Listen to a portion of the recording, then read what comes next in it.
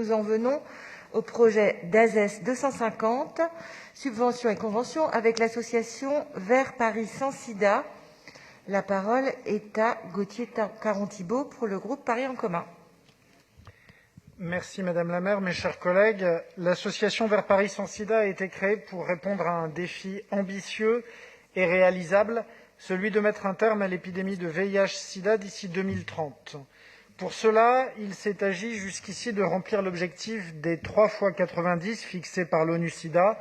À l'horizon 2020, 90% des personnes vivant avec le VIH devaient connaître leur statut sérologique, 90% de toutes les personnes infectées par le VIH dépistées recevoir un traitement antirétroviral durable et 90% des personnes recevant un traitement antirétroviral avoir une charge virale durablement supprimée.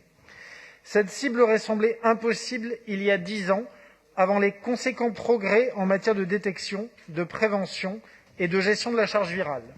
Aujourd'hui, c'est celui des 3 x 95 que nous nous fixons pour 2030 et à Paris, 0 transmission.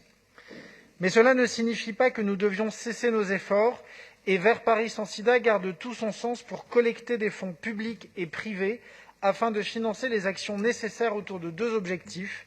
L'augmentation drastique de l'offre de dépistage VIH, tous dispositifs confondus tout d'abord, et enfin l'intensification de la communication pour consolider la demande de prévention diversifiée dont le dépistage et la PrEP, prophylaxie, pré-exposition. 3 projets concrets répondent à ces orientations. Le premier projet vise l'augmentation significative de la couverture et de la fréquence du dépistage VIH dans les populations clés, de réduire le délai entre infection et diagnostic, d'assurer le lien vers le soin rapide.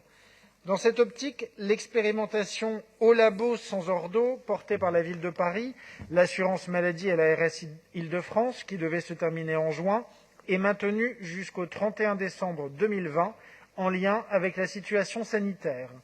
On a d'ores et déjà pu constater une augmentation de la couverture de dépistage de 8%. Le deuxième projet concerne la demande de prévention diversifiée qu'il s'agit d'accroître par le biais d'une campagne de communication.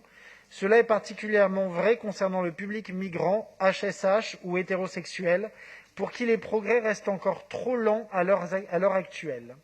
Le programme communautaire Bonne Nouvelle, différé en raison du confinement, sera largement diffusé et promu dès que possible. Enfin, le dernier grand projet concerne la promotion de la PrEP et du TASP. Derrière les acronymes, il s'agit du traitement prophylactique pré-exposition dont l'efficacité et les modalités d'accès restent méconnues par une bonne partie de la population et de l'intérêt préventif du traitement VIH-Sida. Lorsque la charge virale est indétectable, le virus est intransmissible. Le traitement, donc, est un excellent moyen de prévention. Pour cela, il est important de lutter contre les stéréotypes sur les personnes vivant avec le VIH et sur les usagers de PrEP.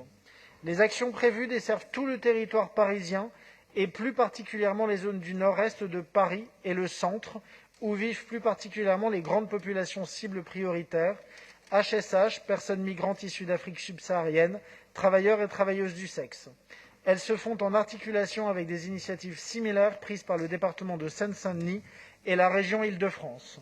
C'est grâce à l'impulsion de Vert Paris sans Sida et au travail de l'ensemble des associations que les résultats que nous connaissons à Paris sur l'épidémie sont si bons.